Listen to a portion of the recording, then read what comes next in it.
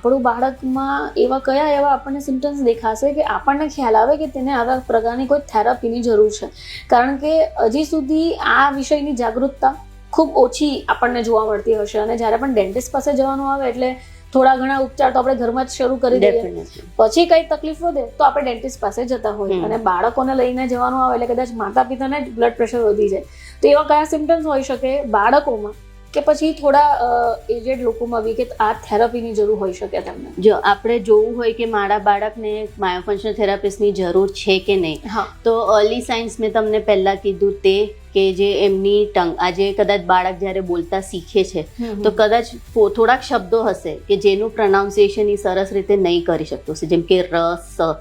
એમાં જીભનો યુસેજ વધારે થાય, તો એ જ્યારે શબ્દ બોલવાના આવતા હશે તો એ પ્રોનાઉન્સિએશન સરખી રીતે નહીં કરી શકતું. બીજું તમે જોઈ શકો છો કે બાળક જ્યારે સૂવે છે તો ક્યાં એનું મોઢું ખુલ્લું રહે છે, એ સૂઈને ઊભો થાય છે તો એના તકિયા પર કે પલંગ ઉપર લાર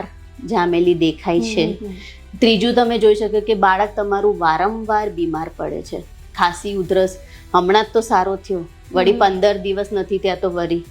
તમે ડૉક્ટર પાસે પીડિયાટ્રિશિયનને બતાવવા જાઓ છો તો એ તમને જાણ કરે છે કે એને